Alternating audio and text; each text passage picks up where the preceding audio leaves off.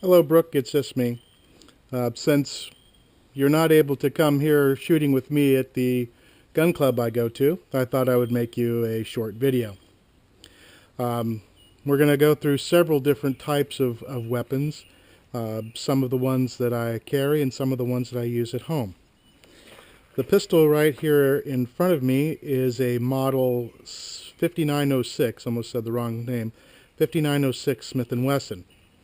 It's a 9mm handgun. It has 17 rounds, as you can see. They're a fairly small cartridge overall, but what they lack in overall firepower, they make up in the amount. The first thing you always do, make sure that your pistol is empty. Drop your hammer using the decocker. And then you insert the magazine, nice and firm. Finger always off the trigger. Decocker down. This is something that I always learned whenever you chamber the first round. That way you have less chance of having an accident. Pull back. Armed and ready to go. Already have our hearing protection in place. Take a nice grip on the pistol. Thumb slid up just underneath the slide release. That way you have a nice solid hand hold. You bring the pistol to the target, fire.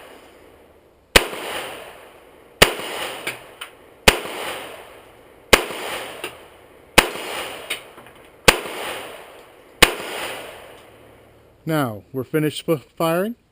Decocker down, magazine out, round out, slide back open.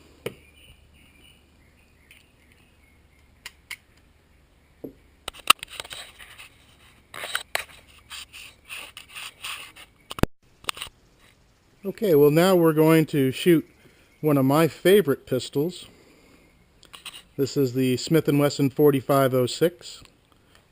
Very similar to the 5906, except this is in .45 caliber. As you can see, the bullets are much larger. Also, for the one magazine of 9mm, we had 17 rounds. Each magazine here is only 8 rounds. So in order to get the same amount of ammunition, you have to have 2 magazines. There's our targets downrange. Again, we want to make sure our weapon is always clear. Down. Seated properly. Load. Decocker off.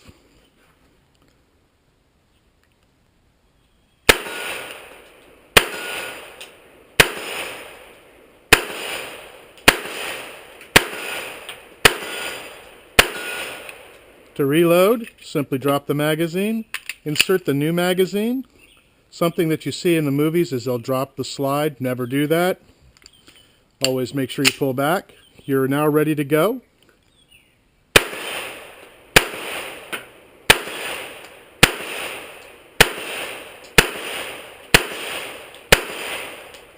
Last round. 16 rounds of .45 on target. Okay, the next gun we're going to shoot is a Smith & Wesson Model 686.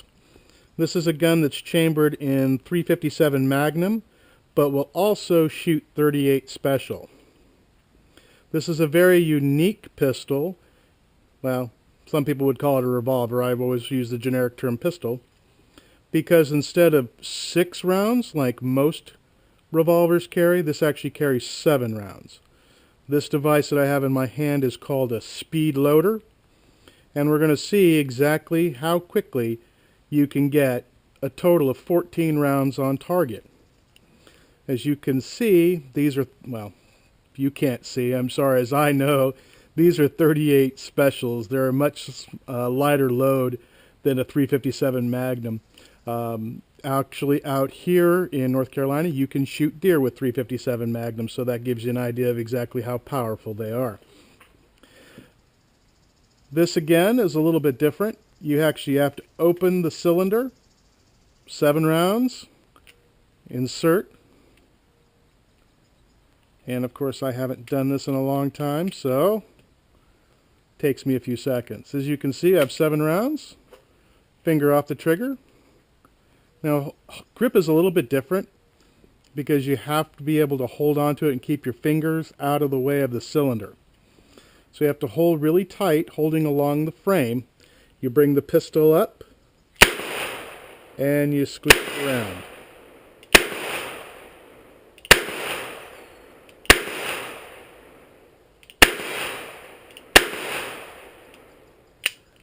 Rounds empty, dump them.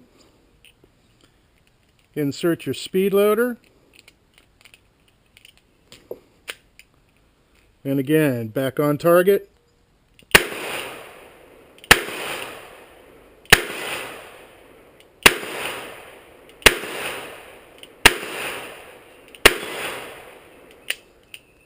End of those rounds, dump them.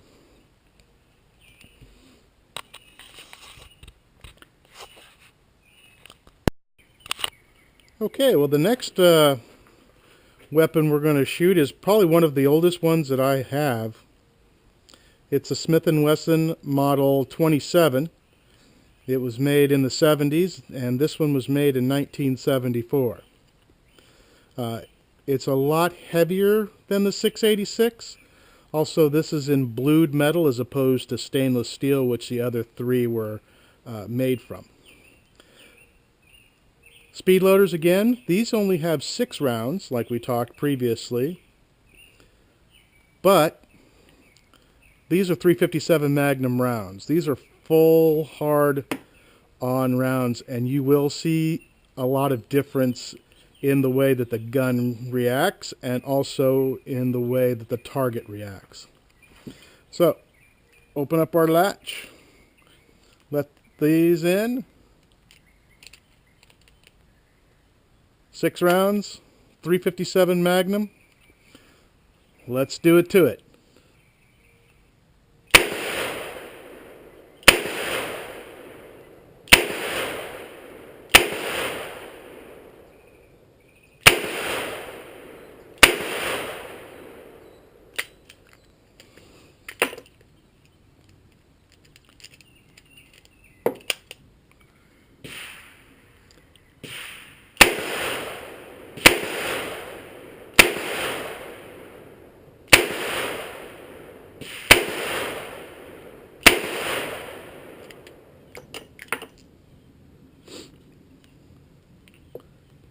Not too bad for an old gun. And as you can see, cases are a little bit longer than the 38 Special. So, I hope you enjoyed that one, and we're going to go onward from here. Okay, well the next thing we're going to talk about is going to be rifles. The first one we're going to look at is a copy of the United States M4 carbine. And this is actually going to be in 223 Remington. There we go. This is a Rock River Arms AR. It's what they call a tactical entry rifle. The reason being is that that's a cool sounding name and they just went with it. It does have a collapsible or adjustable stock for how tall, how short, how long your arms are. Also, this can be used with body armor so that you don't have to have too long of a reach. I usually come back in just about there. Now, with this weapon, the standard capacity magazines are 30 rounds. This is 30 rounds of 223 Remington. As you can see, it's a fairly small bullet, but a very long case. So, to use this weapon, you pull back on the charging handle, like so, and then you push in on the catch, the slide catch. Then this part goes right in like that. There's no more involvement of this piece. This is actually what they call the charging latch, but it's not important. Magazine like so, gets seated in, nice and tight. You can see the rounds inside there very easily, and they'll be stripped from the magazine into the chamber. So let's walk over here where we're going to shoot. The chamber around, you take the magazine or the bolt latch, which is here, and then you press on it. Very, very, very quick, and never get your fingers in there. Safety is here. This is safe. This is fire. Safeties are sometimes okay, but I tend to not use them as much as I probably should, because all weapons to me are always ready to fire. So, this is now ready to fire. Let's try a round. Pretty noisy, eh?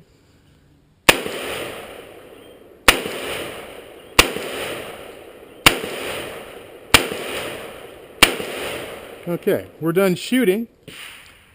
Magazine releases right here. Put the magazine down. We still have a live round in. We turn it over, drop it out. Look, we are clear. Bolt forward, hammer down.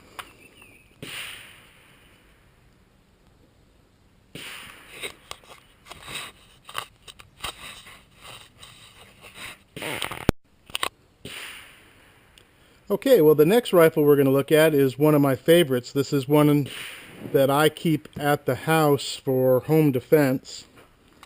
And let me adjust the camera here just a little bit.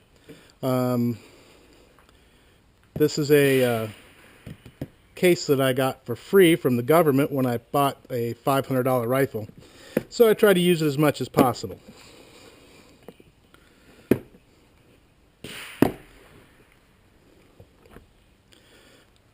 Again, very similar to the Rock River Arms rifle we just had. Adjustable stock, same fire controls, latches, things like that. But two really cool things about this. One, it has really cute magazines because these are really cool in color. And if you ever get this far in buying something like this, I'll make sure you get some. But it's in 300 Blackout. 300 Blackout is a cartridge that is designed for short ranges and a lot of terminal velocity. So this would be a standard 223 round necked up to a 30 caliber bullet. Basically, that's what it is. But it comes in two different varieties: subsonic and supersonic. These should be supersonic, and these should be subsonic in there. The difference being, subsonic you use with a suppressor, and yes, suppressors in most of the nation are legal. They use them basically to keep down the noise in congested areas for people that shoot, and also for hunting. So, this rifle is actually a rifle that I made through a couple of different companies. The lower receiver is made by Palmetto Arms, and the upper receiver is also made by them. The parts in the trigger group are made by Brownells, and the bolt is made by Brownells. As you can see there, that's the only place where it says what the caliber is. And on this side you can see it says PA-15 multi-caliber. So, have our magazine. We're going to lock back our bolt. I'm just noticing this has got a lot of oil on it, so it's time to wipe it down really, really well. A little bit bigger. One of the most important things, never get these rifle or magazines that have the rounds mixed in with your 223s, because they will fit one time. Again, nice and firm. As we walk to the firing line, okay, we can put our rifle on safe. And again, pressing in on the bolt catch. Never get your finger there. Now let's see how this goes. A lot more authority that time. Lots more. We'll just shoot over there, see what we can do.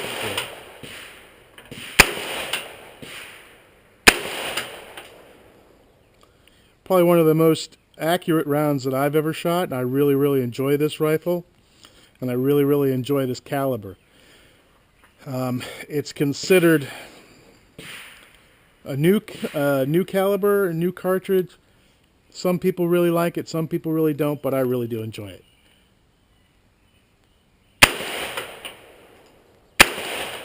And you can do just about anything with it. Magazine out. Round out. Empty.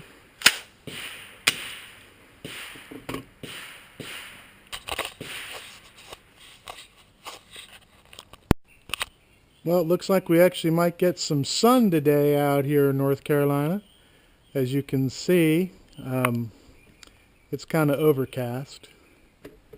This is one of the 9 ranges we have here at the gun club. Just kind of give you a little bit of a panoramic view. You can see my $1 million car there. And the guys, you may be able to hear them, you may not be able to. Over to my immediate left, they're shooting on the long range rifle range. It's about 300 yards.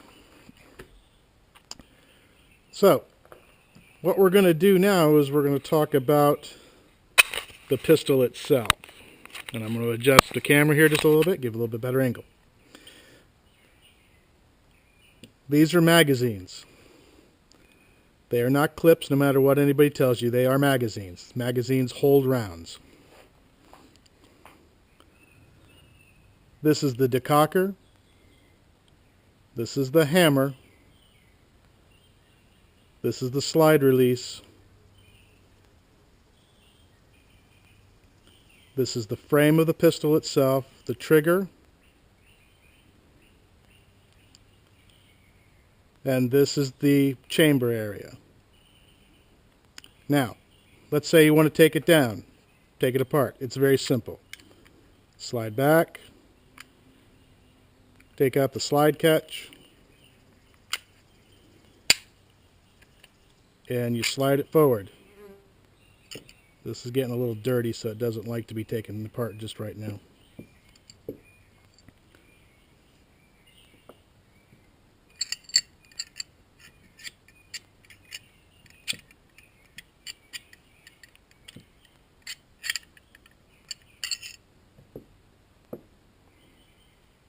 This is the slide. This is the barrel. This is the guide rod, and this is the guide rod spring. That's all there is to it. Not very complicated. To go back together again, like so. Like so. In. Catches on that latch. These pins come down like so. Pull back. Make sure the barrel is in place. Decock. One of the unique things about Smith & Wesson pistols are they have what is called a magazine safety. So if I pull back on the trigger, or pardon me, if I pull back on the hammer and then go to pull the trigger, it won't fire. It's considered a safe option. Sometimes it's good, sometimes it's not so good. But those are the parts of the gun there. Okay, now let's look at a revolver. This is much more complicated than the semi-automatic pistol. Also, they're cooler looking to me. You have the barrel here. This is the frame of the gun, trigger, and the hammer. This is the cylinder release latch. and this is the cylinder itself here. This part of the revolver is called the crane, and this is part of the ejector star. It's also called the ejector rod. This is the star itself right there because it looks like a little star. This area here is called the forcing cone. If you close the cylinder like so, you can see there's virtually no space between the cylinder and the forcing cone. When the bullet comes out of the cylinder, like so, and travels down the barrel, it has a slight gap there. It's very important that the timing on your revolver be perfect, so that when you're shooting, it goes down the barrel and not into the frame of the pistol. This revolver is a little bit different than the older one, and I'll show you that in just a few minutes. If you pull back on the hammer, it's a smooth area. The hammer strikes a firing pin inside the frame of the frame of the revolver, pardon me. So when it hits, it forces a small pin out, striking the primer, that little silver thing in the center, and it ignites the gunpowder inside the cartridge. The gunpowder burns rapidly, forcing the bullet out and down the barrel. If you remember watching the earlier videos where I was shooting, you could hear the gun go off long before I got the recoil. That's actually the bullet leaving the cartridge, and also you'll sometimes hear when the bullet itself goes supersonic. This is a speed loader. There's two different ways you can load this revolver. You can load it one at a time, like that.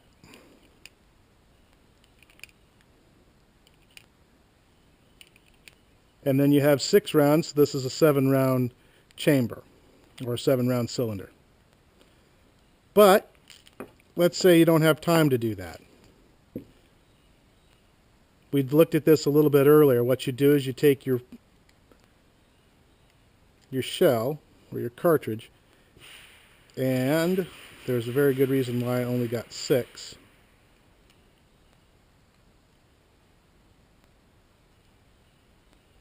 Because I picked the wrong one up, but that's okay. But if you look down there, when you twist this little knob, there's a small catch that latches onto the rim of the cartridge. So you can do this to it, won't come out. Now this won't fit because this is a completely different design, but we'll do it on the other one in just a few moments. But it will fit quickly and easily. That's the modern 686. Let's look at the older model 27. Now this revolver is actually, for lack of a better word, a warhorse. It's been around, it's done a lot of things. I'm sure it's been through a lot more than I want it to have been through. When I first purchased it, I got it at such a good deal, I was very happy with it. But then I discovered why it was such a good deal, and it needed a lot of repair. And finally, it works perfectly. I am one of those people that I don't care what it takes. If I'm got in a deal, I'm going to make sure that it works perfectly fine. Now, again, barrel, frame, cylinder, trigger, hammer, and cylinder release.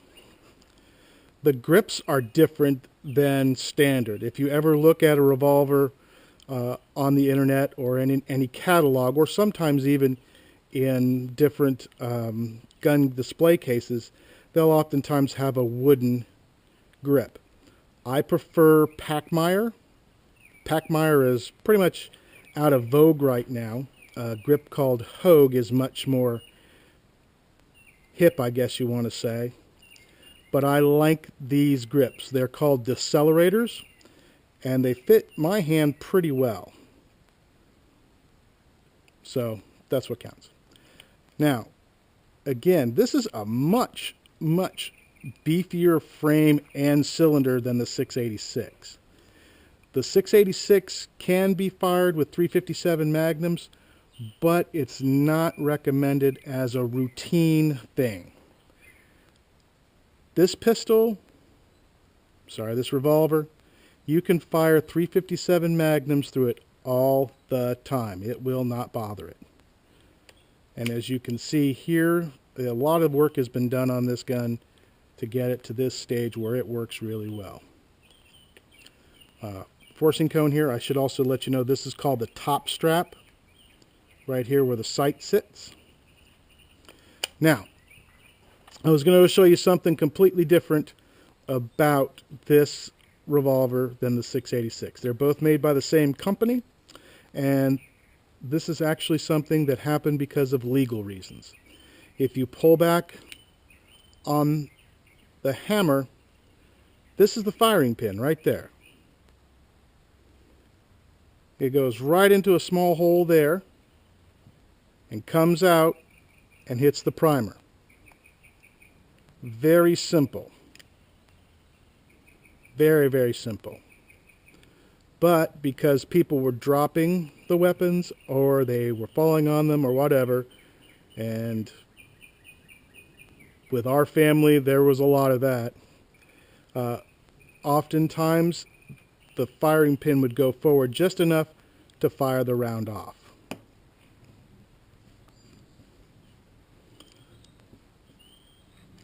And that caused a lot of problems. Now, let's look at this. You take it open like so. This is your speed loader. And there's 6 rounds. If you're good at it, you can do it pretty quick. But magazines tend to be faster and they don't require you to actually think about what you're doing. As you can see, I can put 6 rounds in here pretty quickly. But then, of course, I don't have anybody shooting at me, and I don't have anybody trying to attack me.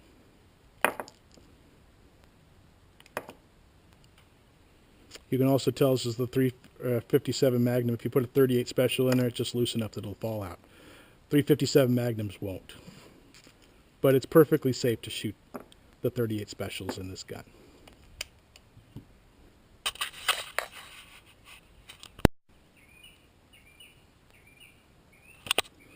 Okay, well, we're back, and we've totally looked at the revolver and the semi-automatic pistol.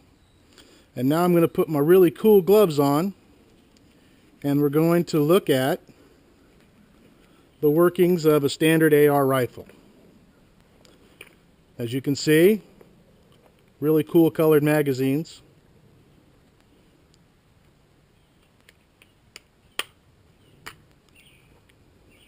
Like that. This rifle breaks down into 3 main components: the lower receiver, upper receiver, and the bolt carrier group. This is actually probably one of the most simple designs that you'll ever run across. The only other one that's probably simpler would be the AK-47 style, and we can go over that another day. Very first thing you do, always make sure your gun is unloaded. And I always like to make sure that the hammer's down. So, there are 2 takedown pins. These are there and there. You push through here. Pops out over here. It's supposed to pop out over there. Okay. And you can see it pops up.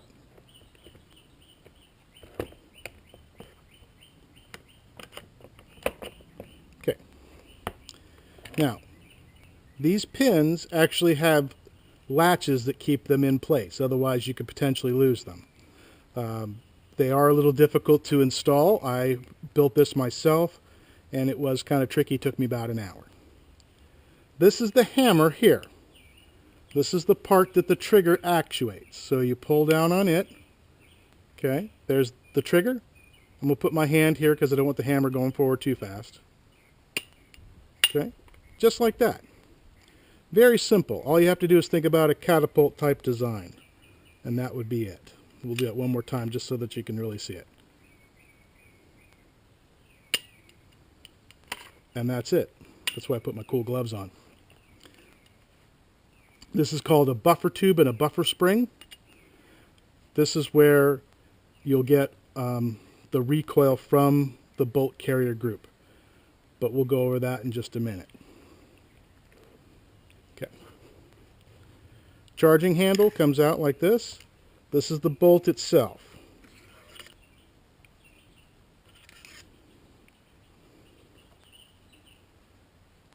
This is what they call the upper receiver. As you can see, it's basically just a tube that has the barrel in it.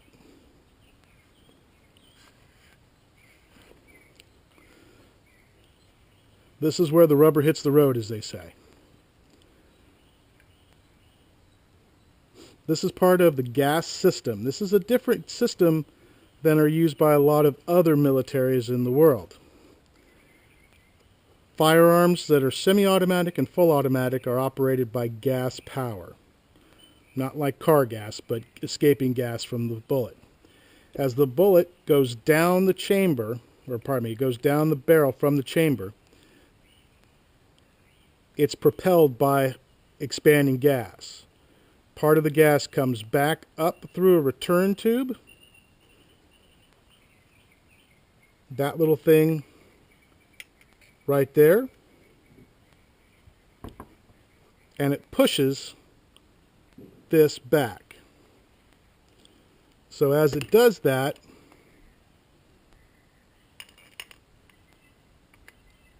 it goes like this, recocks the hammer, and is ready to go again. So basically, as you can see, it pushes in on that buffer tube, recocks the hammer, and then comes back. Okay.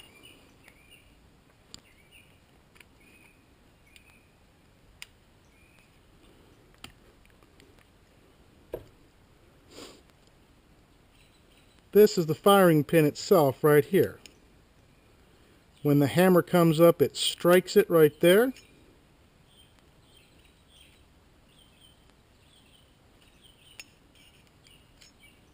And that pushes it forward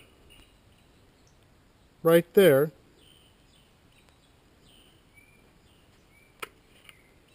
Striking the primer.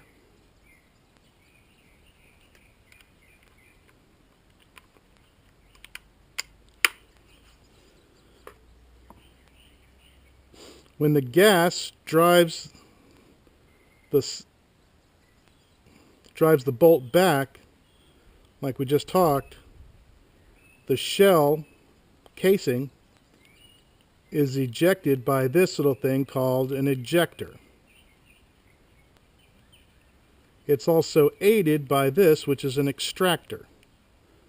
So, think of it this way.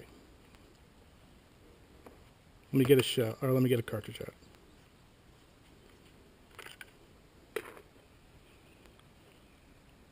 It fits perfectly in there. So, this is up. It's up against the face here. It's tight in the chamber.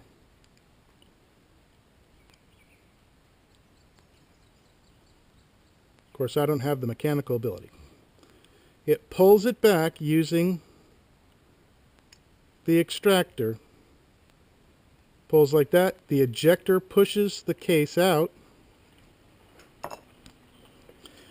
And because of the power of this round, you can actually see deflection here. And this is actually called a shell deflector. you can see the little parts there that are catching the brass from the round. This little piece of equipment here is called a forward assist. It does not work worth a darn. They keep saying that it's the greatest thing ever invented. I have never ever had it work correctly. What it does is if your bolt's not all the way forward, it's supposed to land on one of these grooves pushing it forward. Never had it work. Don't know if it ever does. I've read stories about it working, although most people that I know have never had it work. Now, putting it back together.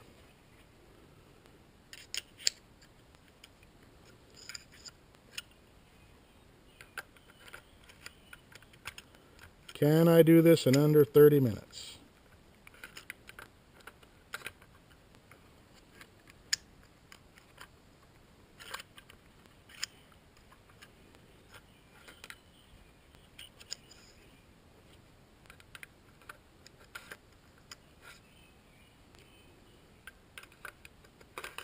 It helps if I have it in the right position.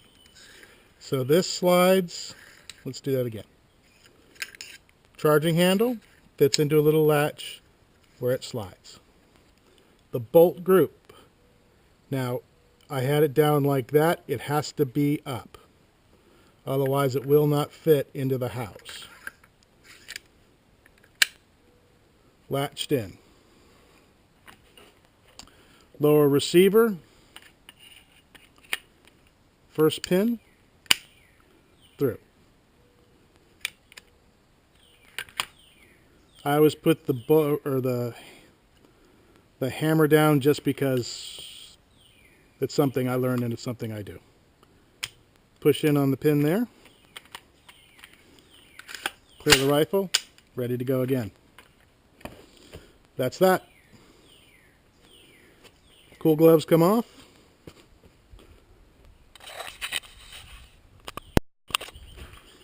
Alright, well, another successful day here at the range. I hope you enjoyed the time we spent together, and now it's time to start putting stuff away so we can go back home because I have a dentist appointment today, and they're already mad at me because I rescheduled once or twice before. I can't remember. I hope you enjoyed your time, like I said. The only things that you really didn't get to do was you didn't get to help me pick up the brass from around the range. Fortunately, I've already done that, and as you can see, there's a lot of different brass casings floating around here. And since I reload almost all of my calibers, I have to try to save as much as I can so that I can save as much money as I can. Actually, I don't save any money. I probably spend more money, but it just makes me feel like I'm doing something important. So there's that case. There's the computer that I brought to do this with. This is one of my my other rifle bag. And the thing that I wanted to talk with you about during this part was the importance of hearing protection. Something that I'm kind of adamant about. I always use these ear inserts. They go inside your ear and go inside your ear canal. And of course now I've got sawdust on them, but that's alright, I'll clean them later. And then these go over your ears. So I get 15 decibels there and 15 decibels there, so that's a total of 30 decibels of ear protection. You can never, ever have too much ear protection on. The other thing to think about is eye protection. Always wear eye protection. My glasses that I have for prescription are actually plastic and shatter resistant. The other thing, always wear a hat. The idea behind the hat is that the bill will actually protect your upper part of your head, and especially right near your eye protection, so that any stray cartridge that's being ejected won't actually come down in your face. Gloves, you can always wear gloves if you want. I most often don't. And that's everything I have. It looks like we're going to be going home here in just a few minutes. And I hope you enjoyed your day here at the range. And we'll give you just one last look at the targets we were shooting at, in case you couldn't see them very well through that. We were shooting at these steel targets down the way. And that's it. Thank you for coming.